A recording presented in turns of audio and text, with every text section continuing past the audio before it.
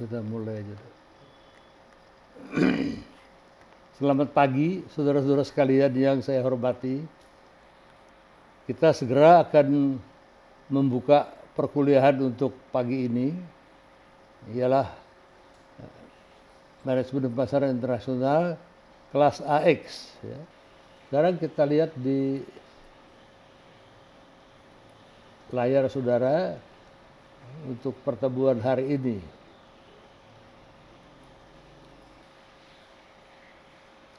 Ya, di layar laptop saya sudah kelihatan. Ya, saya harap di layar laptop sudah kelihatan. Kalau di handphone saya nggak tahu, mungkin terlalu sempit layarnya. Kita lihat sekarang yang akan kita lakukan ialah chapter 5 ya, dari buku Johansson ini, yaitu mengenai export expansion. Ya. Apa itu export expansion? Terjemahannya adalah ekspansi melalui ekspor. Ekspor adalah kegiatan, ya, artinya dari segi penjualan perusahaan ya, yang kita lakukan sampai ke pasar luar negeri atau pasar mancanegara. Artinya merupakan suatu bagian dari cara memperluas pangsa pasar kita. Ya, tetapi melewati batas-batas yurisdiksi suatu negara. Misalnya saya produsen katakanlah mie tertentu. Saya biasa menjual di dalam negeri. Kemudian saya merasa saya bisa melakukan kegiatan di luar batas yurisdiksi Indonesia ini. Saya bisa ekspor misalnya ke Timur Leste atau ke Singapura. Nah, itu maksudnya adalah export expansion. Satu usaha untuk memperluas ya, penjualan saya melampaui batas nasional negara kita. Ya, itu merupakan export expansion yang perlu bisa kita lakukan.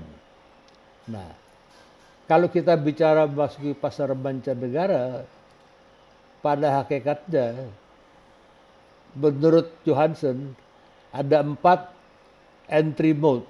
Ya, entry itu masuk, mode itu mode atau cara.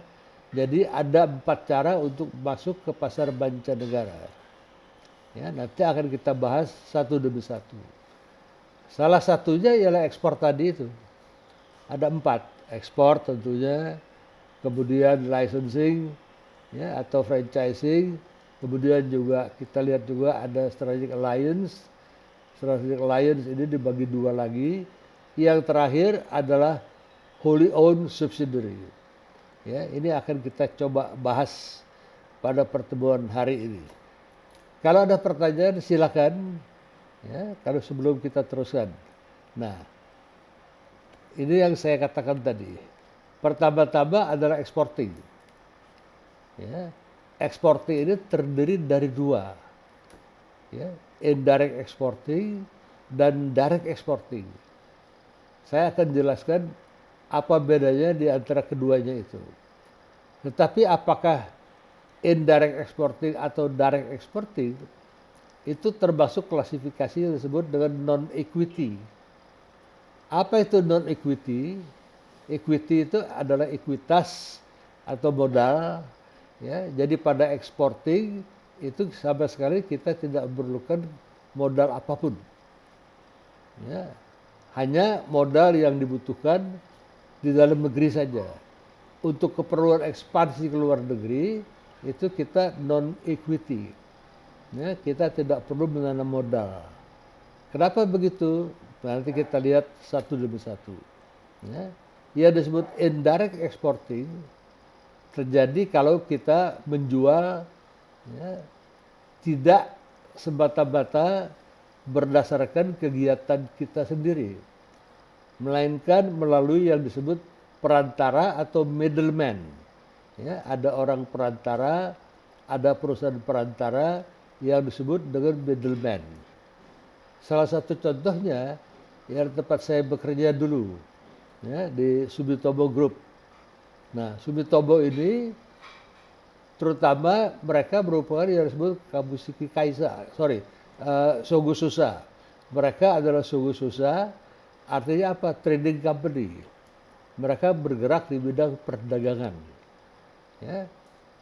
Orang yang bergerak di bidang perdagangan, ya, perusahaan yang bergerak di bidang perdagangan, intinya cuma satu. Mereka membeli di tempat yang lebih murah dan menjual di tempat yang lebih mahal. Itu adalah inti dari segala perdagangan dari dulu sampai sekarang. Orang membeli lebih murah, menjual di tempat yang lebih mahal. Ya. Nah, pada kegiatan perdagangan, ya, itu tidak terjadi investasi sama sekali. Ya, artinya hanya ada barang dibeli terus dijual. Nah, kalau misalnya saya adalah produsen, katakanlah makanan olahan tertentu, ya, saya tidak bisa melakukan kegiatan ekspor sendiri. Saya bisa minta bantuan Sumitomo, ya, sebagai Sogo Susa, ya, sebagai trading house. Nah, saya datang kepada Sumitomo misalnya, saya negosiasikan, ya, terus saya kasih lihat contoh-contoh barang saya. Kalau Sumitomo tertarik, nah, kemudian kita bisa tekan kontrak. Dengan demikian, saya sebagai produsen mengangkat Sumitomo sebagai agen saya untuk menjual barang-barang perusahaan saya ke seluruh penjuru dunia. Nah, Sumitomo menjadi intermediary, ya, atau perantara. Nah, saya tidak perlu melakukan kegiatan ekspor. Kalau ada permintaan, Sumitomo ambil dari saya barang itu, komoditas itu. Nah, terus saya serahkan kepada Sumitomo, Sumitomo yang mengurus segala-galanya. Ya, sehingga barang tadi sampai kepada pembeli yang di luar negeri. Itulah namanya indirect exporting. Karena saya tidak melakukan kegiatan apapun. Saya hanya pasif saja. Makanya saya eksportir tetapi indirect. Ya, berbeda dengan kalau direct exporting. Kalau saya adalah direct exporting, saya tidak menggunakan perantara seperti itu. Ya, saya tidak menggunakan middleman atau intermediaries. Saya langsung saja. Saya langsung pergi, ya, ke negara manapun di dunia, nego dengan pihak importir setuju pesan, kita tekan kontrak, ya, importir akan buatkan LC. LC itu saya terima, saya siapkan barang saya, tentu dengan modal saya sendiri.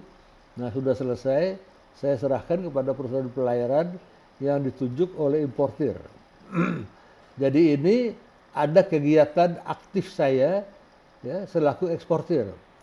Saya pergi ke negara-negara yang bersangkutan, saya negosiasi dengan calon pembeli di luar negeri, saya pulang, saya siapkan, saya terima LC, dan setelah terima LC, saya siapkan barang saya.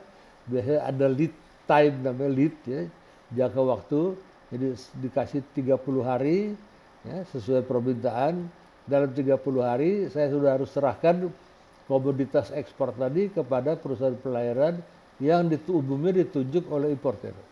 Misalnya Maersk Line, American President Line, Evergreen, dan sebagainya. Saya serahkan, saya terima bill of lading, selesai. Ya, jadi saya bawa bill of lading itu bersama-sama dengan kopi LC, terus saya bawa ke pihak bank, advising bank saya. Nah, bank akan memeriksa dokumen. Bank tidak lagi memeriksa barang. Hanya yang diperiksa oleh bank, letter of credit, ya, kemudian diperiksa juga bill of lading. Di antara letter of credit dengan bill of lading harus sesuai. Kalau letter of credit mengatakan 1000 karton, saya harus deliver 1000 karton. Ya, kalau letter of credit mengatakan brand name-nya adalah Untar, saya mesti juga gunakan merek Untar dalam barang yang saya produksi dan akan saya kirim. Ya, itu tidak bisa menyimpang.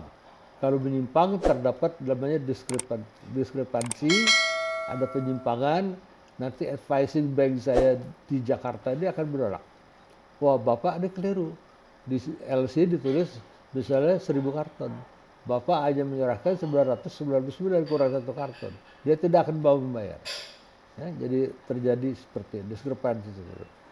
Nah, di sini saya melakukan direct exporting karena saya aktif menghubungi pembeli, seringkali juga saya datang, ya, ketemu dengan mereka, diskusi-diskusi, negosiasi-negosiasi, saya aktif, makanya saya direct exporting. Ini mode yang pertama. Apakah ini indirect ataukah direct exporting? Non equity. Karena saya di pasar di luar negeri tidak ikut campur. Ya, itu adalah urusan dari importir. Dia yang mendistribusikan, mereka yang melakukan promosi, saya tidak ikut campur lagi. Ya, makanya saya tidak perlu menanam kapital apapun. Misalnya buka kantor cabang, ya, bikin kegiatan iklan, itu tidak perlu. Jadi saya tidak perlu keluar modal saya untuk kegiatan di luar negeri. Makanya disebutnya non-equity. Sebuah exporting, ya, apakah dia direct atau indirect, adalah kegiatan non-equity. Sampai di sini apakah jelas? Kalau tidak jelas, tolong kasih tahu saya. Saya kasih waktu 2 menit. Kalau ada pertanyaan, silakan. Kalau nggak jelas, Pak, nggak jelas Pak. Jadi speakernya dihidupkan.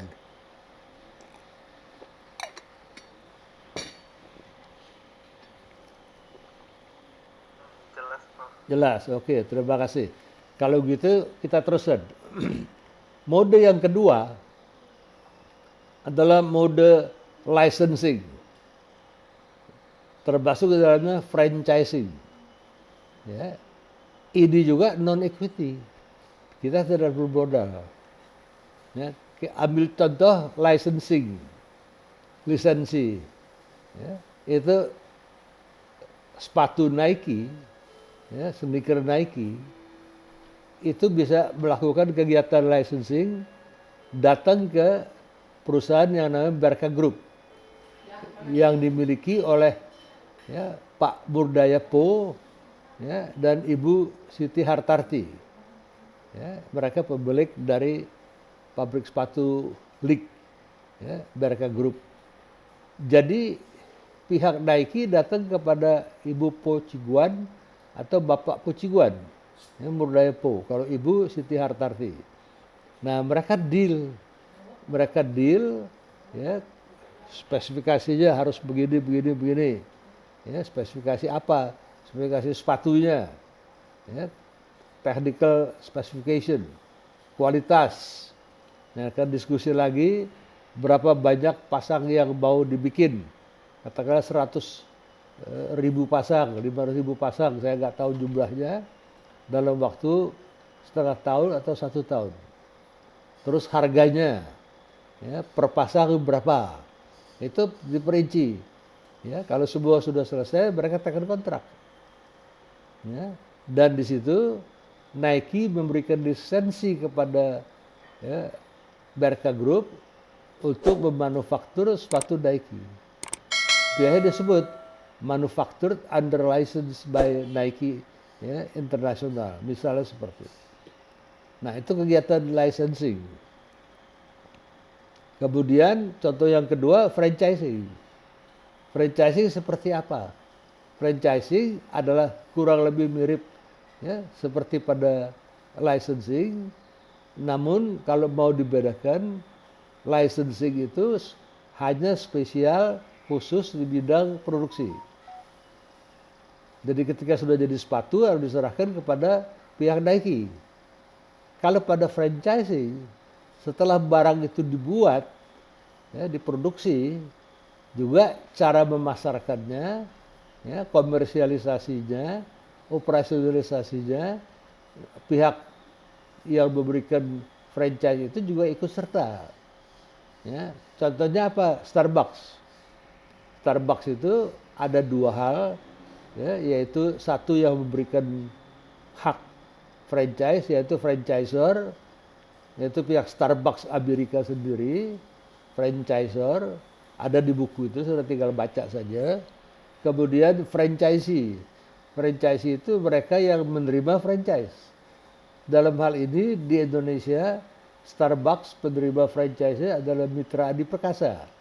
Jadi ada franchiser yang memiliki hak franchise, ya, kemudian franchisee yang menerima franchise tadi. Licensing juga begitu. Ada licensor yaitu Nike, ya, yang punya hak merek, yang memberikan lisensi atau licensing itu kepada yang menerima, ya, yaitu licensee. Lisensinya adalah pihak tadi Berka Group tadi. Nah, pada licensing maupun pada franchising juga tidak ada equity apapun dari pihak luar negeri. Dia tidak masuk ke sini bawa modal. Jangan lupa, ya, pihak Nike itu tidak punya pabrik lagi dimanapun di Indonesia. Tidak ada pabriknya. Ya, termasuk yang di Amerika sendiri juga sudah ditutup. Kenapa? Kalau Nike mau bikin sepatu di Indonesia, dia datang saja kepada Berka, dia deal, jadi keluar sepatunya. Asal kualitasnya tetap terjaga. Nah, dengan demikian Nike tidak perlu punya pabrik lagi, tapi mampu, ya, melakukan strategi outsourcing, yaitu membeli dari pihak pabrik di luar Nike, seperti pada Berka. Nah, kira-kira kurang lebih ada 57 sentra produksi Nike di seluruh dunia yang seperti ini. Ada di Bangladesh, ada di Vietnam, ya, juga ada di bagian-bagian Amerika Latin, Amerika Selatan, ya, juga ada di China dan sebagainya. Tanpa Nike perlu bikin pabrik sepatu. Jadi Nike tidak perlu keluar modal dalam bentuk pendirian pabrik, outsourcing saja. Buat Nike itu menguntungkan. Dia tidak perlu keluar biaya bikin pabrik, tapi dia bisa punya pabrik sepatu. Ya, bukan pabrik dia, tapi hanya numpang produksi, yaitu outsourcing. Ya, ini juga merupakan suatu strategi non-equity. Apa beda licensing dan franchising? Seperti saya katakan tadi. Pada licensing, barang diproduksi saja selesai. Ya, dikasih kepada Nike. Selanjutnya Nike yang memasarkan. Apakah Nike kirim itu barang-barang dari Indonesia atau ke Amerika, terus ke Eropa, terserah Nike. Ya. Nah, tapi pada franchising, setelah kopinya jadi, ya, katakanlah cappuccino, espresso, ya. Nah, terus pihak pemberi license tadi, yaitu licensor, yaitu Starbucks, juga mengajari cara memasarkan Starbucks di Indonesia. Jadi ada tambahan operasionalisasi, komersialisasi juga dilakukan oleh, ya, diajarkan oleh yang memberikan license tadi, franchise tadi. Contoh selain Starbucks di bidang makanan dan minuman banyak sekali. KFC itu juga franchise.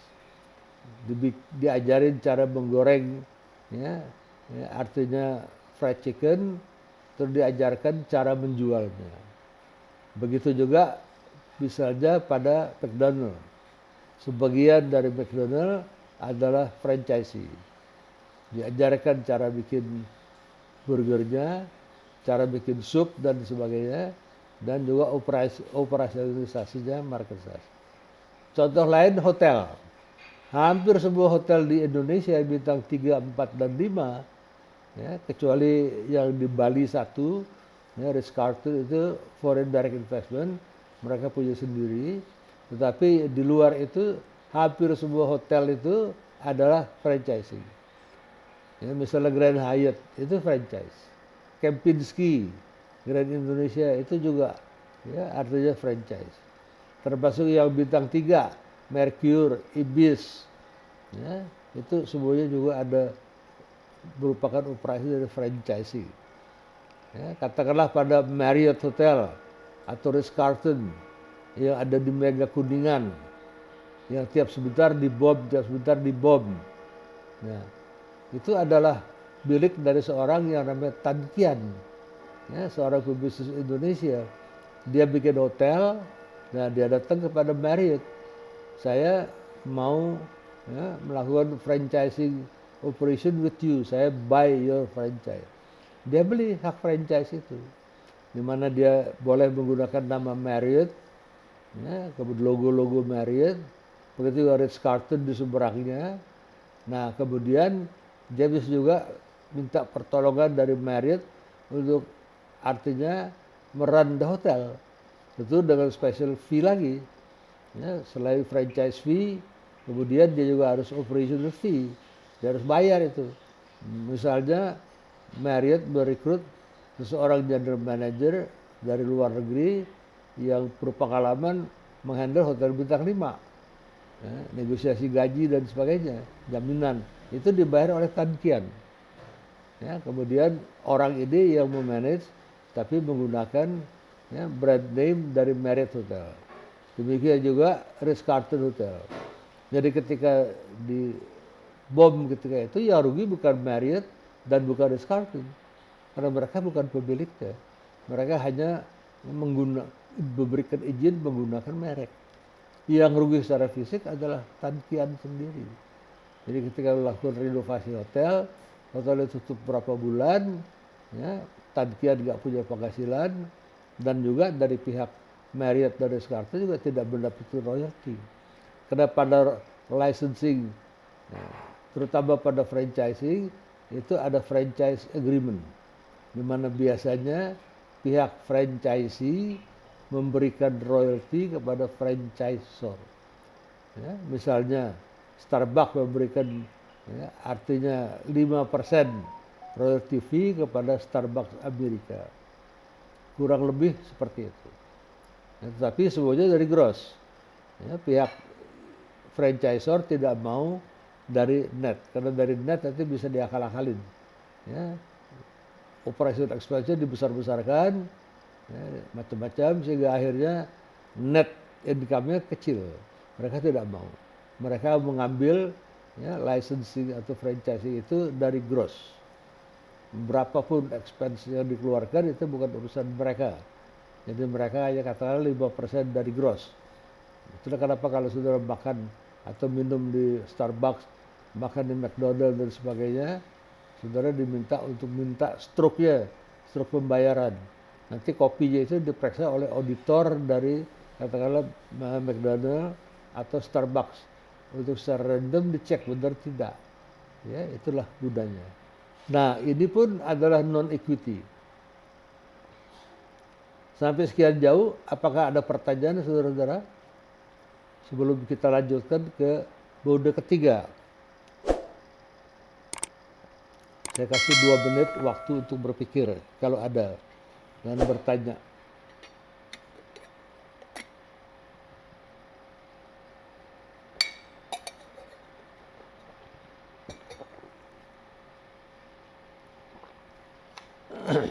Oke, kalau tidak ada kita teruskan mode ketiga, yaitu strategic alliance, aliansi strategis. Nah, aliansi strategis ini ada 2 macam.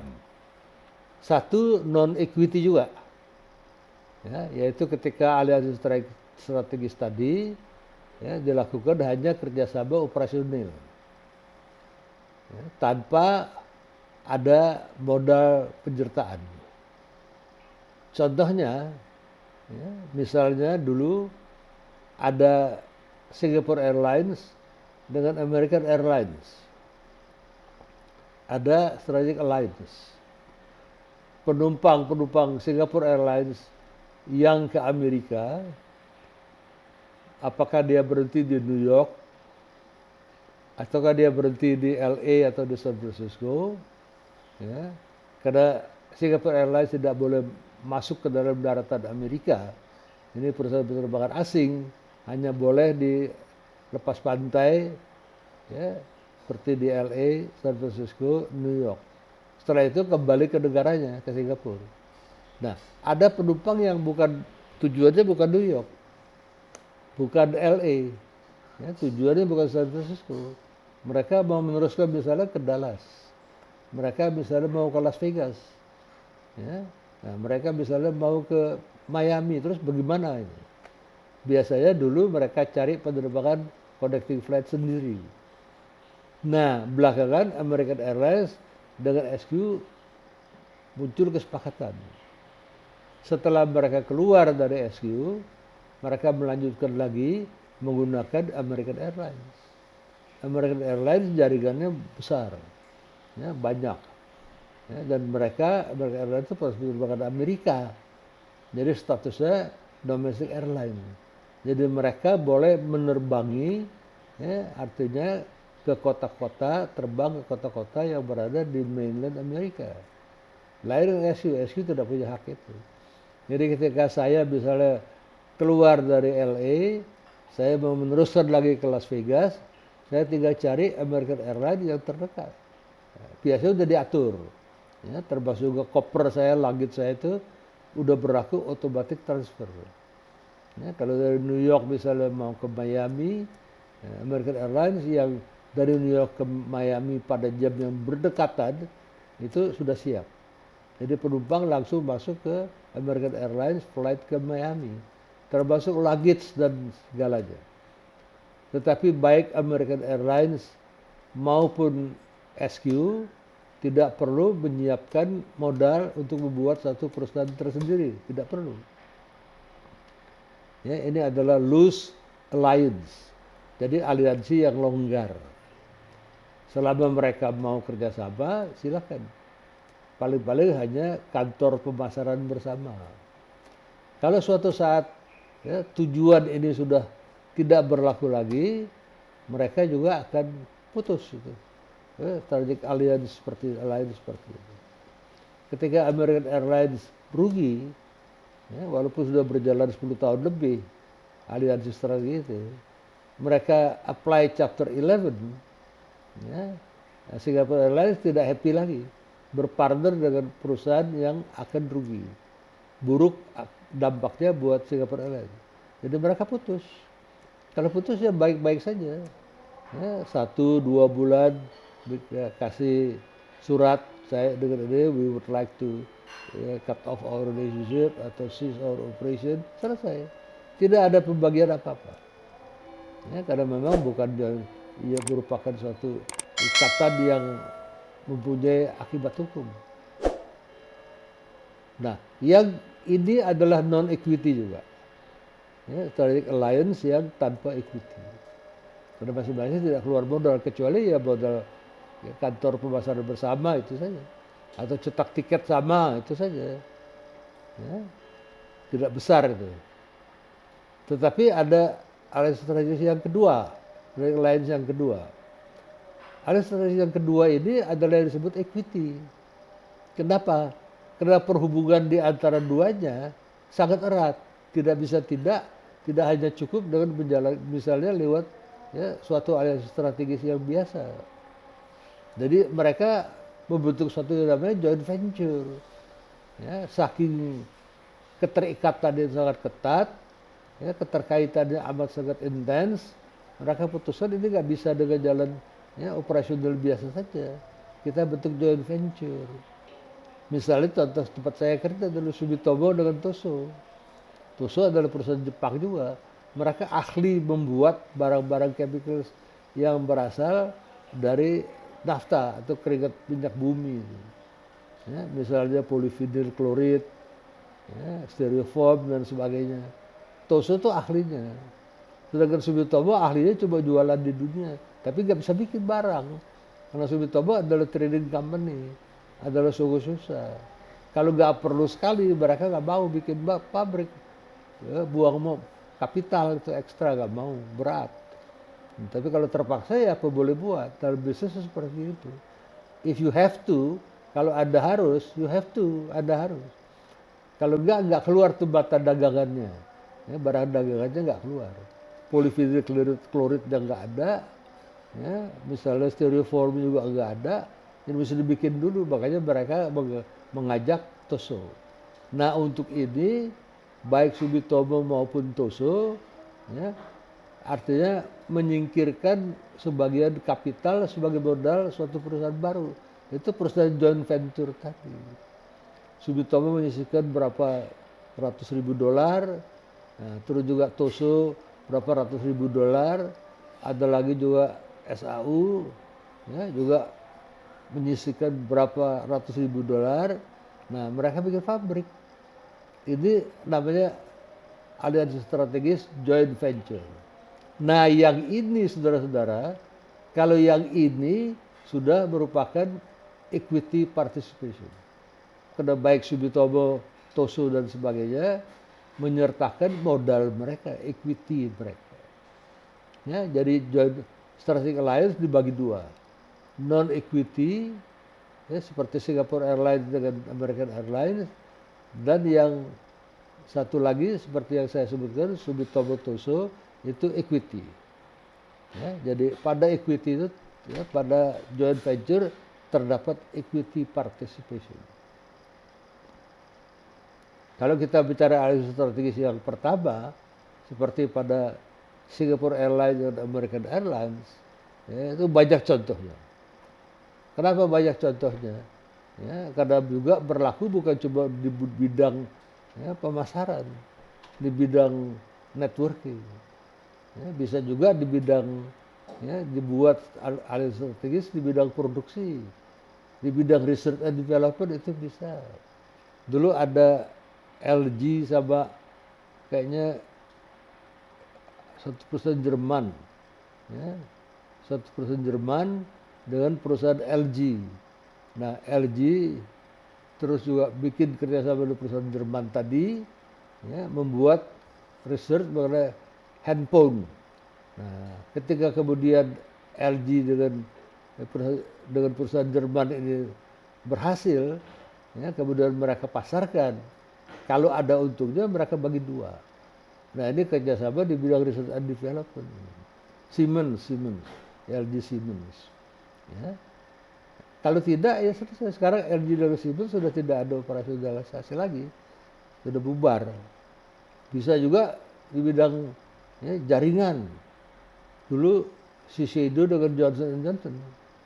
Johnson & Johnson perusahaan besar Amerika, ya, luar biasa besar. Saya pernah menjadi General Sales dari Johnson & Johnson di Indonesia ini. Saya tahu besarnya. Mereka sudah bikin vaksin yang akan dirilis pada bulan Maret ini. Ya. Dan mereka mau masuk ke Jepang. Johnson & Johnson tahu, J&J itu tahu. Perusahaan sebesar apapun dari Amerika, kalau masuk sendirian ke Jepang gagal. Nah, Max Factor dulu perusahaan kosmetik luar biasa besar dari Amerika. Masuk ke Jepang sendirian, ya dibilang transfer gagal juga tidak, mereka ada, tapi hanya di kota-kota besar. Ya, dan juga hanya ada pada department store, tidak bisa masuk ke pedalaman. Lain perkara kalau Shiseido. Saya tiap kali ke Jepang lihat Shiseido, di mana-mana ada Shiseido. Ya, apakah di Tokyo, ya, apakah di Osaka, misalnya sampai ke Sapporo, di Hokkaido, di utara. Ya, itu ada Shiseido. Embedded sekali masuk ke pasar-pasar, ya, kecil-kecil. Tiap kali saya masuk ke hotel, mandi juga tidak bisa tidak, ya, harus menggunakan produk Shiseido. Karena kalau saya mandi itu pakai sabun, liquid soap, nanti ada dispensernya, mereka Shiseido. Jadi saya mandi liquid soap itu menggunakan sabun Shiseido. Terus saya mau keramas, ya, di sebelahnya ada dispenser lain, shampoo, mereka Shiseido juga. Jadi saya keramas menggunakan Shiseido. Tidak bisa tidak harus begitu. Karena Shiseido luar biasa pengaruhnya di pasar. Nah, Johnson & Johnson menggandeng Shiseido supaya mereka bisa masuk ke pasar Jepang. Ya, dengan sukses. Untuk itu mereka ajak Shiseido. Shiseido sampai membuat perusahaan distribusi sendiri, ya, terlepas dari produk Shiseido, tapi khusus Johnson & Johnson untuk menghandle Johnson & Johnson di Jepang. Karena Shiseido juga punya keinginan. Shiseido kepengen masuk ke pasar Amerika dan pasar Eropa. Dan kosmetik Shiseido itu khas Asia, jadi tidak sembarangan. Ya, kalau dia masuk ke Amerika, Eropa, kalau dia aja masuk ke pasar Asia, di sana kecil sekali. Dia ingin masuk ke pasar yang terbuka, tidak peduli kulit putih atau bukan. Jadi mereka minta bantuan Johnson & Johnson bagaimana merumuskan strategi produknya. Ya, jadi ketemu kedua belah pihak, jadi mereka lakukan aliansi strategis. ya, di bidang networking tadi. Ini contohnya. Ya, kalau ada pertanyaan silakan. Saya kasih waktu 2 menit, bisa bertanya.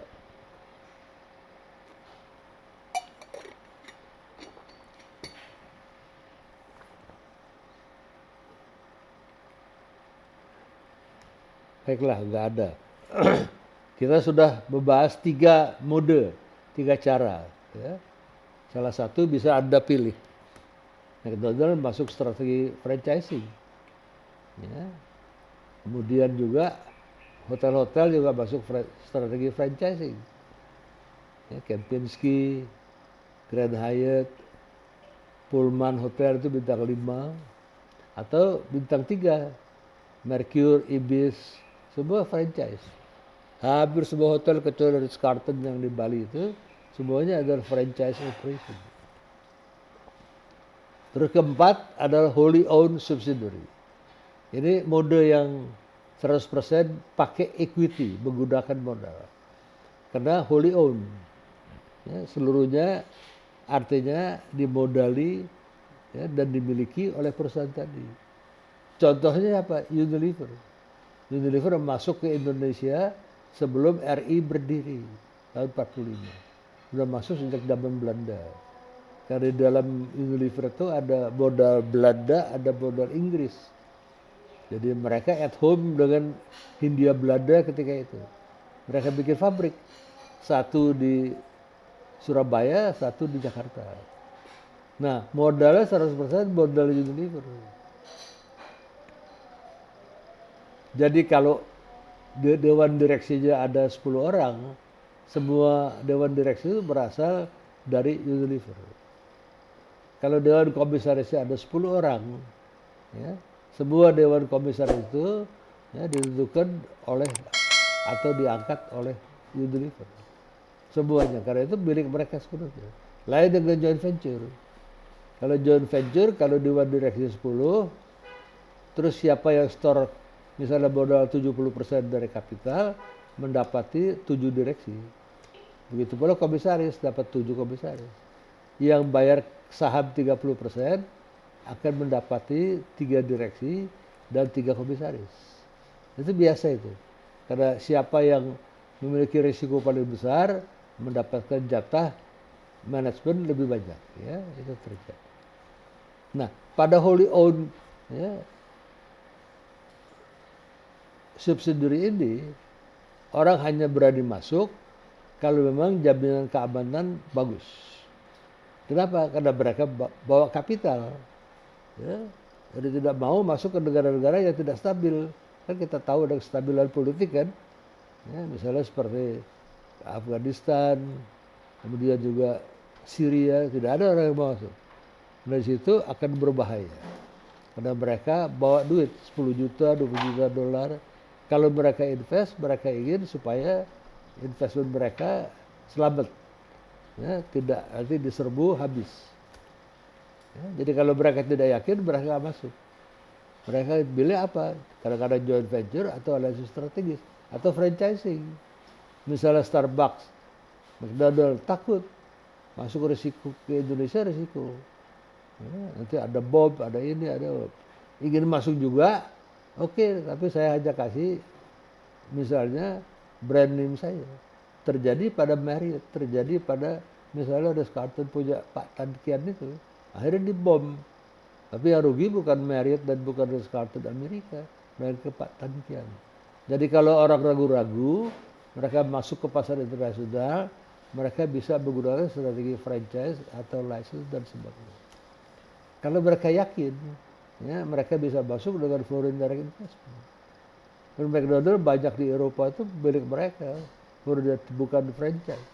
Karena mereka yakin situasi Eropa stabil. Begitu di Tokyo, di Jepang. Ya. Jadi kalau mereka yakin betul bahwa negara itu stabil, secara sosial, politik, keamanan, ya, mereka baru mau masuk dengan wholly owned subsidiary. Kalau tidak itu terjadi seperti Myanmar. Ya, kudeta militer habis semuanya. Termasuk uang mereka mungkin amblas. Ya, kalau dinasionalisasi. Ya, jadi harus berpikir akan risiko jangka panjang. Kan kita baca mengenai country attractiveness kan. Nah di situ kita lihat. Kalau country itu atraktif banget, baru kita masuk dengan wholly owned subsidiary. Nah kalau kita bicara wholly owned subsidiary, nanti kita lihat lagi ada yang namanya strategi greenfield dan brownfield. Ya, strategi greenfield, ya, kita masuk dengan modal, kita mulai from zero, dari nol. Kita mulai minta izin, ya, BKPM, terus kalau sudah keluar izinnya kita cari tanah, ya, kita bikin pabrik, ya, ya. Terus kemudian kita pasang mesin, ya, kita mulai, itu namanya greenfield, strategi from zero, from start, from nothing, from scratches, ya, sampai jadi. Ada strategi brownfield seperti padi, ya, di sawah kalau sudah siap panen itu kan brown, ya, itu brownfield investment. Nah, itu ibaratnya padi sudah jadi kita beli saja sawah itu. Ini terjadi pada misalnya ketika Sampurna Group itu dibeli oleh Philip Morris, Marlboro hampir 8 tahun yang lalu kurang lebih. Dia bayar 5 miliar dolar, akhirnya mereka ambil alih itu. Ya. Sekarang ini Sampurna Group dimiliki, ya, oleh Philip Morris, oleh Marlboro. Karena itu adalah strategi brownfield lewat akuisisi. Ini intinya 4 mode, ya, masuk ke pasar mancanegara. Kalau ada pertanyaan silakan. Sebelum kita teruskan.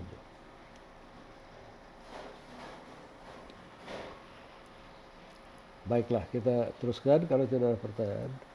Nah ini tadi sudah saya jelaskan, exporting modes of entry, ya, exporting, kemudian juga, ya, direct dan indirect ini sudah saya jelaskan. Jadi kita teruskan saja. Dan ada licensing, termasuk technical licensing, kontrak manufaktur, ya, kemudian juga franchising. Karena pada licensing franchising itu beda-beda tipis. Ya, karena pada licensing hanya biasa aja technical, pembuatan, pada franchising juga operasionalisasi, komersialisasi. Sudah diajarkan barista aja bikin cappuccino dan sebagainya, nanti diajarkan cara menjualnya. Dan licensing dengan franchising itu satu kesatuan. Baru strategic alliance, tadi udah saya jelaskan lagi. Jadi strategic alliance itu bisa distribution alliance, ya, manufacturing alliance, ya, kemudian juga, ya, pada research and development alliance seperti LG Siemens sudah bikin handphone, atau yang sangat ketat ketika joint venture. Dan karena pada joint venture ini sudah merupakan equity. Ya, nah ini wholly owned manufacturing, assembly, full-fledged manufacturing, nah, juga acquisition. Acquisition ini seperti pada Philip Morris dan Marlboro mengakuisisi, ya, pihak Sampurna Group dengan membayar 5 miliar dolar. Ini juga sudah saya jelaskan. Nah, hambatan pada exporting terjadi kalau misalnya ada entry barriers, ada hambatan perdagangan.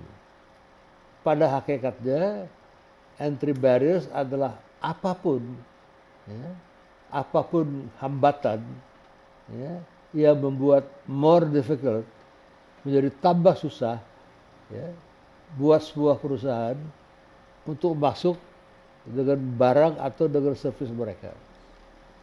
Dulu di Indonesia banyak hambatan perdagangan, entry barriers.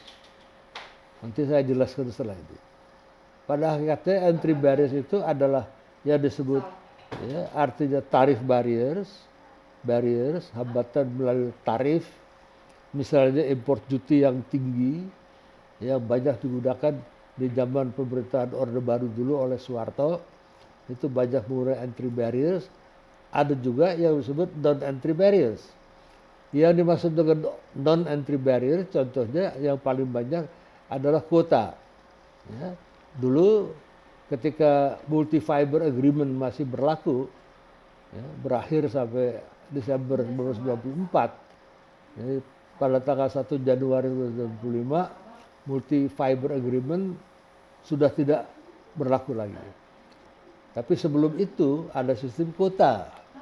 Apa itu multi fiber agreement? Yaitu ya, misalnya berkaitan dengan garment, ya, berkaitan dengan ya, misalnya tekstil, itu namanya multi fiber. Ya. Dan apa jadinya pada multi fiber agreement? Kalau Indonesia misalnya di sini ada pabrik tekstil, pabrik garment mau mengekspor kemeja katakanlah, celana ke Amerika tidak bisa begitu saja, karena berlaku sistem kuota. Amerika misalnya memberikan kuota 1 juta pieces. Nah, kuota itu mesti dicari dulu. Ya, jadi tanpa kuota, pabrik tekstil walaupun punya barang tidak bisa ekspor. Hingga banyak sekali terjadi ketika itu sistem kuota diperjualbelikan. Kenapa? Ada caloknya. Ngumpulnya di mana? Di Kementerian Perdagangan waktu itu.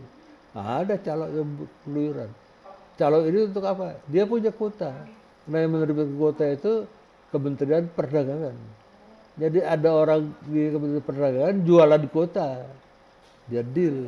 Saya punya kuota deh, 100.000 pieces ke Amerika. Ya, baju, celana. Nah, calon ini gentayangan cari orang yang membeli kuota. Nanti pembelinya siapa? Orang yang memiliki pabrik, punya barang, punya celana, punya baju, siap, tapi tidak punya kuota. Nah, jadi dia mesti beli kuota dulu. Dia cari yang punya kuota itu. Deal, berapa puluh juta. Ya, saya nggak tahu, saya nggak pernah terlibat pada kuota. Misalnya 10 juta. Nah, setelah 10 juta dikasih kuota itu. Diserahkan dalam bentuk tertulis. Nah, nanti calon ini bayar ke temannya di dalam yang menerbitkan kuota tadi. Ini udah saya jual kuotanya dapat 10 juta. Nah, dibagi. Entah dibagi 20%, 30% buat si calok, sisanya buat pemberi kuota. Terjadi itu. Ya, jadi kuota itu nggak baik. Jadi ada yang punya kemampuan ekspor, tidak punya kuota nggak bisa ekspor. Ada yang gentayangan saja, tidak punya pabrik apapun, tapi punya channel, punya akses, punya kuota, dia bisa jualan. Nah, itu kuota. Kuota itu maksimum jumlah yang bisa masuk ke suatu pasar. Misalnya 1 juta itu maksimum kuota. Nah, ini tidak baik. Nah, kemudian berakhir pada Desember 1994. Pada 1 Januari sistem kuota ini hilang. Masuk jual tekstil ke Amerika, jual garment tidak perlu kuota lagi, kecuali dari Cina. Nah, kenapa Cina? Wah, ketika sistem kuota ini artinya tidak berlaku lagi, langsung produk-produk tekstil dan garment Cina itu seperti tsunami masuk ke pasar Amerika. Karena harganya murah, kualitasnya lumayan, pihak China sendiri takut, dia tahu akibatnya. Ini gila nih, ya, mereka takut. Pasti ada tindakan dari Amerika. Jadi sebelum Amerika bertindak, otoritas China itu mengeluarkan yang dalam bahasa marketing internasional disebut voluntarily self-restraint. Ya, voluntarily itu sukarela, self-restraint, ya, artinya secara sendiri mengerem. Self-restraint. Jadi dia tidak berani membiarkan. Bagaimana cara voluntary self-restraint ini? Semua produk garment dari Cina oleh pemerintah Cina dikenakan pajak. Jadi pajak ekspor. Harus bayar pajak ekspor 10-15%. Saya nggak tahu berapa banyak. Mungkin 20%. Supaya harga barang tekstil, barang garment China tidak begitu murah lagi. Ya, karena harus bayar pajak. Nah, demikian juga ekspor China ke Eropa dikenakan voluntary export, ya, self-restraint export. Eropa menerima, jadi tidak masalah, asal jangan terlalu murah. Ya, jadi yang menerapkan itu pemerintah Cina, bukan orang lain. Ya, setiap ekspor pajak dibayar, jadi harganya naik, baru diekspor. Eropa menerima, tapi Amerika tidak mau. Amerika tidak mau. Amerika tetap menggunakan kuota lagi, jadi balik ke awal. Sampai sekarang ekspor garmen Tiongkok, ekspor garmen China itu ya, artinya dikenakan kuota oleh pemerintah Amerika. Ya, nah, ternyata China punya mata dagangan lain yang lebih strategis, bukan saja garmen. Jadi dia nggak pusing itu, dia biarkan saja, nggak apa-apalah. Ya, ekspor garmen kami kan kecil dibandingkan dengan barang lain, handphone dan sebagainya. Jadi dibiarkan. Nah ini kuota. Ya, kuota-kuota ini sepertinya oleh ketentuan WTO harus dihapuskan. Karena apapun trade restriction, hambatan perdagangan harus tidak boleh diberlakukan lagi. Ya, ini yang harus kita pertahankan. Ini exit, ya, artinya entry barrier. Terdiri dari tarif, menggunakan tarif yang tinggi, 40% seperti zaman Soeharto dulu untuk barang kimia tertentu, karena menggunakan mekanisme tarif impor juga. Ada yang disebut non tarif barrier. Non tarif barrier itu umumnya adalah kuota. Ya, dua-duanya dilarang. Tarif barrier juga dilarang, sebab menurut peraturan WTO kalau bisa ya, tidak ada import duty 0%. Kalau tidak bisa 5% import duty. Kalau masih tidak bisa 10%. That's it. Nggak boleh lebih dari itu. Kalau terlalu tinggi nanti membahayakan perdagangan internasional. Nah, itu ada ketentuan WTO. Nah, kalau kita bicara ya, barrier ada yang disebut artificial buatan. Misalnya dengan melalui keputusan pemerintah. Import duty itu pemerintah yang bikin. Ada SK-nya, ya, government regulation. Itu tidak boleh. Ya, artificial buatan. Tidak boleh. Jadi tidak boleh lagi ada kegiatan import duty yang besar. Ketika Donald Trump mengenakan import duty, saya kira 30% buat barang steel China dan aluminium China oleh WTO, kemudian dibatalkan. Ya, sayang Trump katanya tinggal 1 bulan berkuasa, jadi kita tidak tahu reaksi Trump seperti apa. Ya. Kemudian yang natural entry barrier. Kalau natural nggak bisa diapa-apakan. Contoh yang natural, ya, Boeing 747. Di launching tahun 69. Ya, punya kompetitor waktu itu, ya, Douglas DC-10. Ya, dengan mesin ketiga adanya di atas pesawat itu, di belakang. Kemudian Lockheed 1011 juga punya mesin ketiga di belakang. Karena ketika itu berlaku ya, peraturan dari FAA, penerbangan yang melintasi Samudra Pasifik dan Samudra Atlantik ya, tidak diperbolehkan bagi aircraft, pesawat yang hanya bermesin 2. Dianggap tidak reliable. Jadi kalau 2 nanti 1 rusak, tinggal 1 nggak kuat menyeberangi Atlantik atau menyeberangi Pasifik.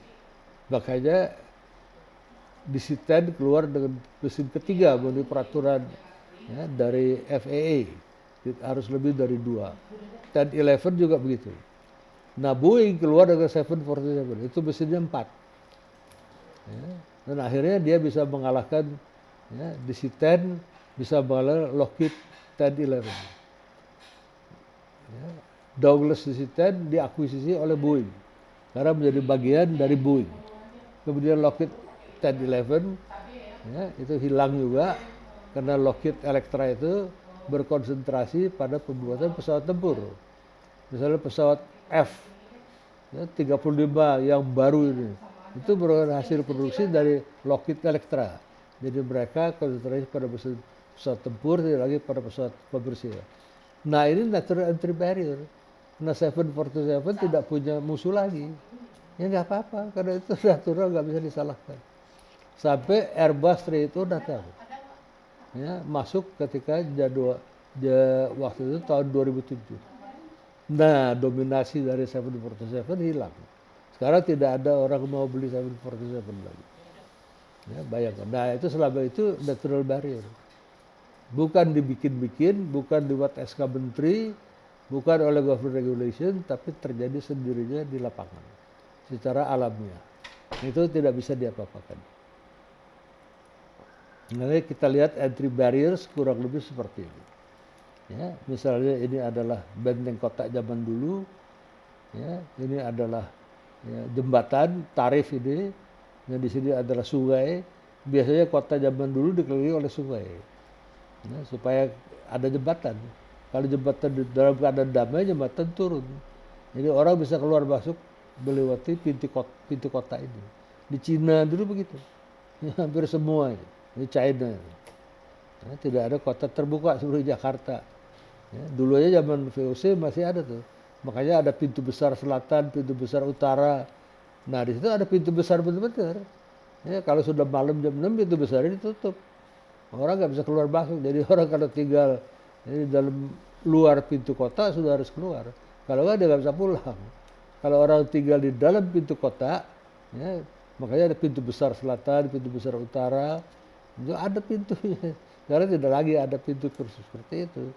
Nah, tarif ini ibaratnya jembatan. Kalau tarifnya ditinggikan, ya, nah berarti dari luar nggak bisa masuk. Ya, produk apapun nggak bisa, tidak gampang.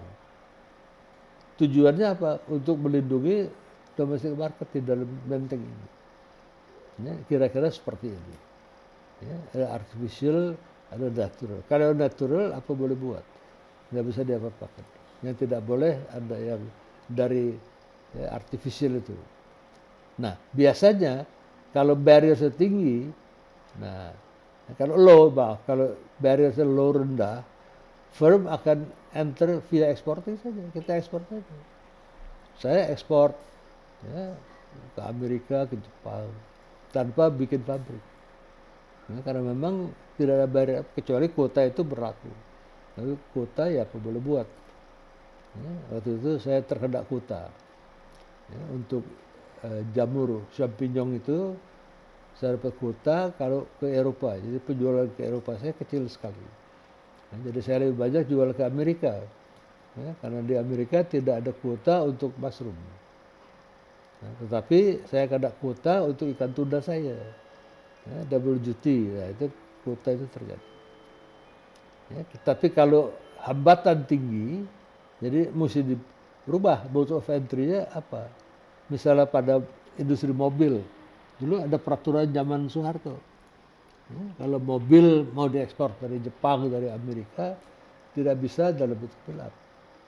Itu harus dalam bentuk CKD, completely knockdown. Jadi diberantaki dulu satu mobil Corolla, dimasukkan dalam satu peti, ya, terpaksa. Kalau nggak bisa menembus larangan Soeharto. Kalau mau ekspor Corolla ya begitu. CKD, completely knockdown, CKD, kirim ke sini petinya, sampai di sini petinya dibongkar lagi, di assembling jadilah satu Corolla, itu boleh. Ya, jadi ada assembling plan. Ya, ini yang terjadi. Ya, kalau tidak boleh masuk. Itu bergantung ya, barrier dan mode of entry. Kalau entry barriers adalah low, biasanya buat apa kita bikin pabrik? Kita ekspor saja. Ya, ini yang terjadi selama ini. Exporting option, indirect sudah saya jelaskan, direct exporting sudah juga. Nah, terus kalau pada exporting function, misalnya ada transportation. Nah, transportation ini pengiriman.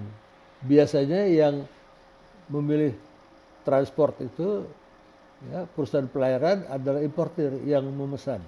Kalau saya terima dari Green Giant instruksi, hampir pasti di situ disebutkan harus melalui Maersk Line.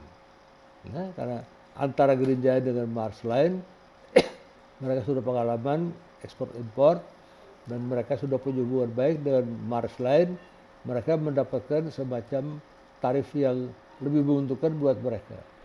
Ya, jadi mereka angkat Maersk Line. Ini produk seafood. Jadi juga berkenaan dengan nanti apa? Dengan harga. Export price. Ya, terjadi export pricing. Nah, price quotes berapa tarif? Kalau kita FOB itu tarif paling murah.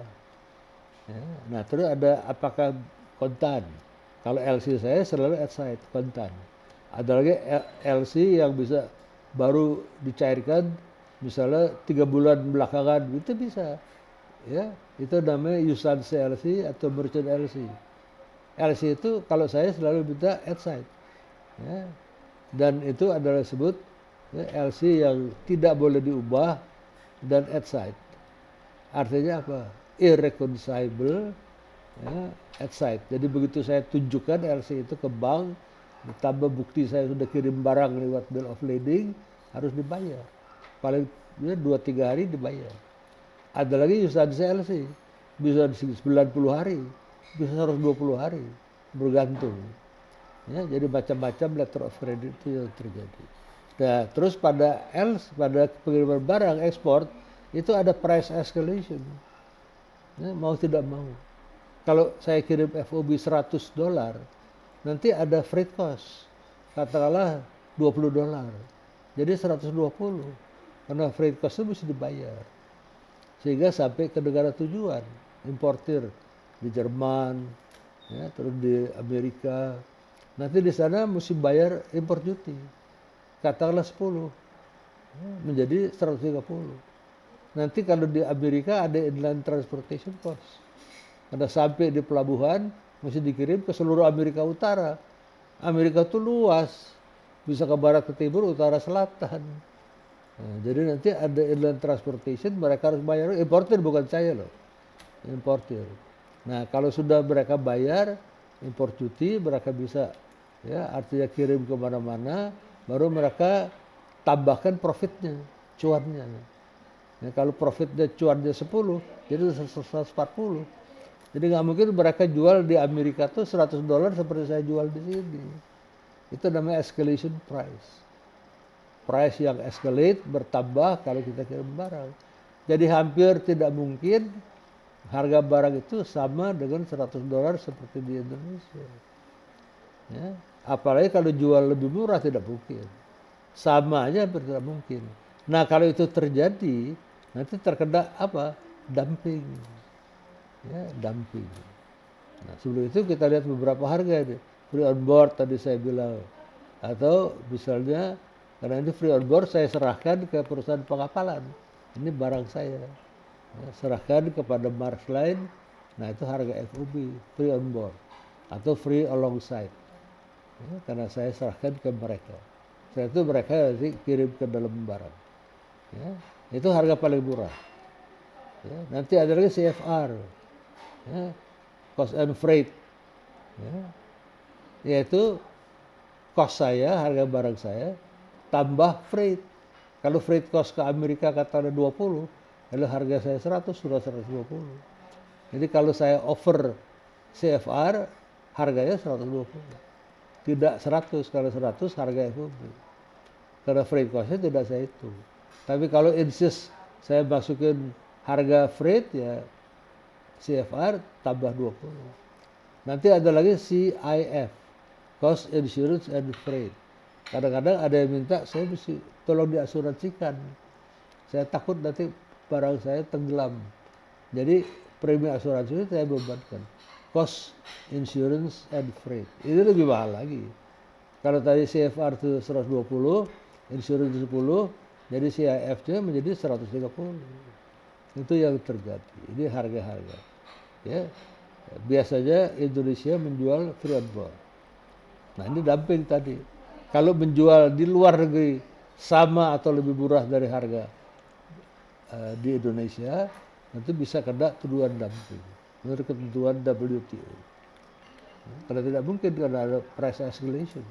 Tetapi dumping tidak terjadi seketika. Ada persyaratannya. Saya pernah kena tujuan dumping 2 kali, tapi 2 kalinya saya lolos. Ya. Artinya apa? Kalau saya pengusaha sepatu, ya, terus saya jual sepatu murah ke Amerika, nanti produsen sepatu di Amerika ada berapa perusahaan? Harus dihitung. Ada 100 perusahaan sepatu. Nah, minimum, ya, dari 100, 25% komplain. Namanya cry injuries. Injuries itu dari injury time, injury, ya. Jadi mereka komplain. Mereka mendapatkan injury karena perbuatan saya menjual sepatu dumping di Amerika lebih murah. Dumping termasuk, ya, suatu trade practice yang unfair. Unfair Trade Practices Act. Ya, kelakuan yang saya disebutkan tidak fair. Ya, dalam bentuk apa? Practice Act tadi. Saya menjual sepatu lebih murah di Amerika daripada dijual di negara saya. Supaya produk saya cepat laku. Nanti kalau ada 20% dari perusahaan sepatu Amerika cry injuries, nah baru bisa diperkarakan. Kalau kurang coba 15 nggak bisa. 20 nggak bisa, sampai 20%. Itu menurut ketentuan WTO. Jadi kalau terkena 20% komplain, cry injuries, baru saya diperiksa. Yang periksa saya siapa? Yaitu Bea Cukai Amerika. Kalau terjadi begitu, lebih baik kita ikuti saja proses, jangan melawan. Ya, saya pernah 2 kali kena tuduhan dumping. Dua-duanya saya lolos. Ya, jadi tidak boleh dumping seperti itu. Kalau dituduh dumping, kita bisa terkena yang namanya countervailing duty. Apa itu countervailing duty? Wajib. Ya, duty itu biaya masuk, biaya ekspor yang wajib dikena. Filipina pernah ya, untuk industri pineapple mereka tahun 90-an. Ini kena tuduhan dumping, dibuktikan mereka membayar countervailing duty saya kira $3,75 ya, per karton. Itu besar sekali itu. Kalau kita bicara industri makanan, buah-buahan, ya, perbedaan harga $0,5 saja negosiasi seminggu belum terputus. Apalagi kena countervailing duty $3,75 per karton. Wah, ngap mereka itu. Ya, bisa asma itu. Hingga kebanyakan pembeli lari ke Filipina. Di Filipina juga ada perkebunan pineapple, Del Monte dan sebagainya yang tidak terkena dumping. Bahkan pengusaha Thailand datang ke saya ya untuk lihat kemungkinan ya bersama-sama bikin perkebunan nanas dan ekspor. Ya, ini terjadi. Itu dumping. Dumping memang menjadi masalah inti dan ini memang diatur oleh ya, WTO. Kalau ada pertanyaan silakan. Dumping bukti aja tidak gampang. Nah, ini tidak dilakukan oleh Indonesian exporter. Kenapa? Indonesian exporter seperti saya dan lain-lain itu selalu mengekspor menggunakan private label.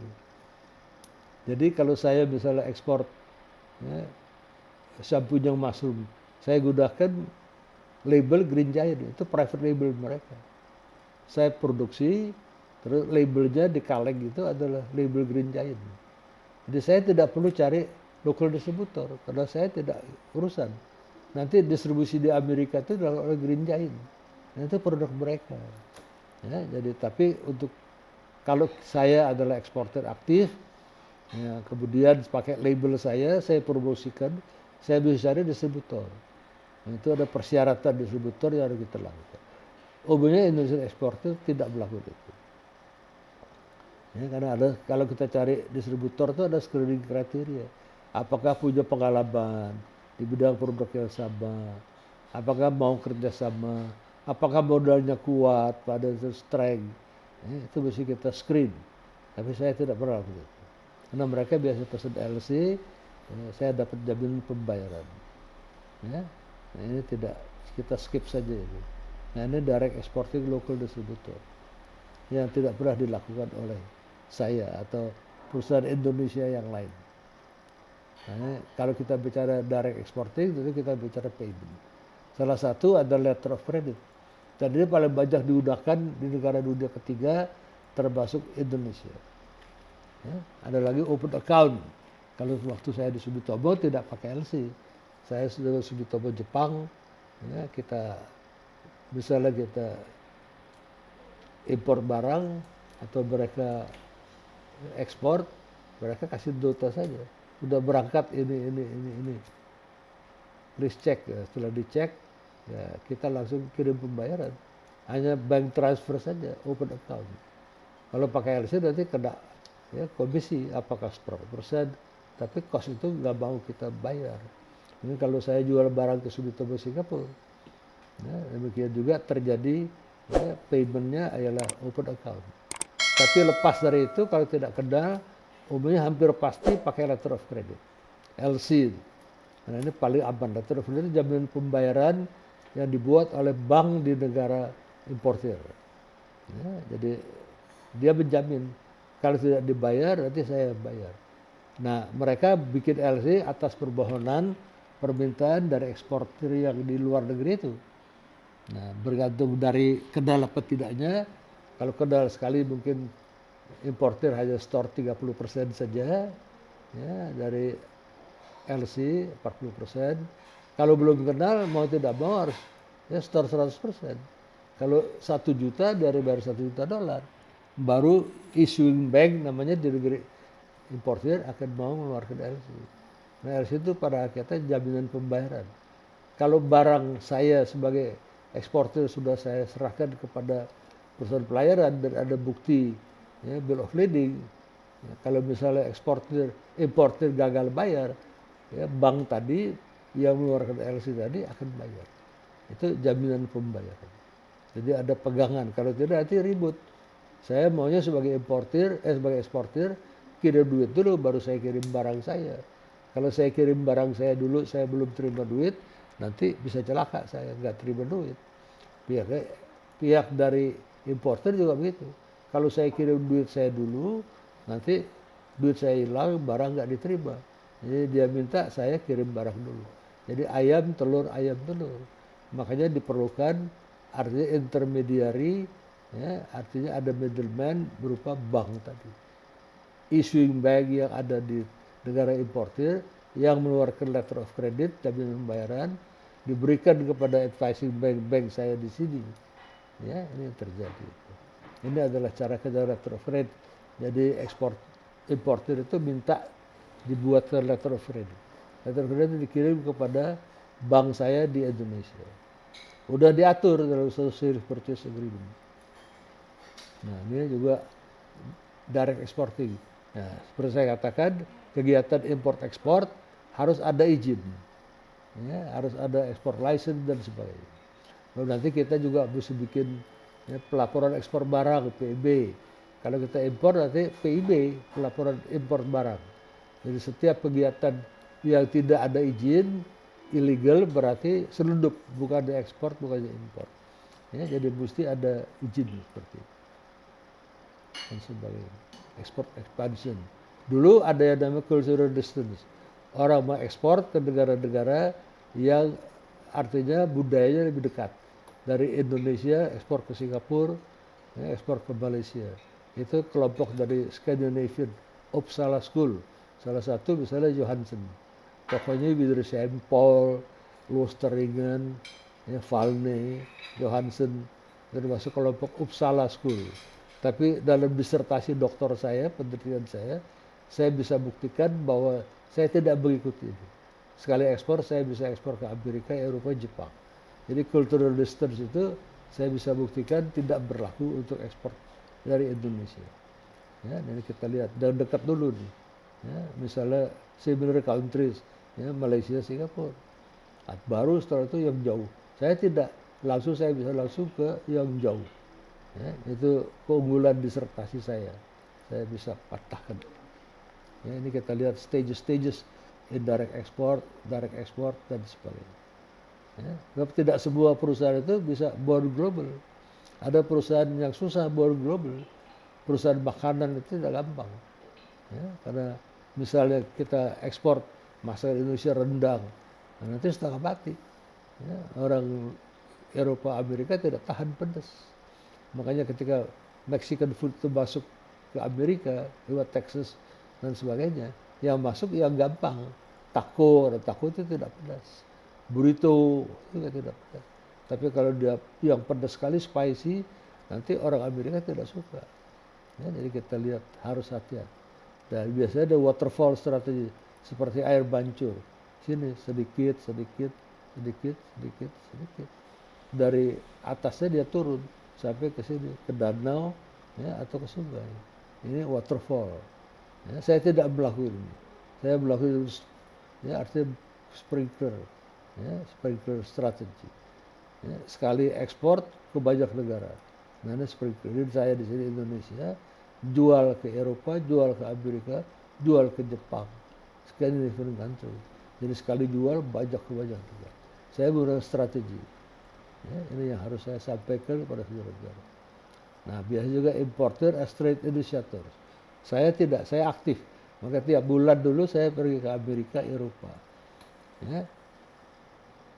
Ini yang kelima.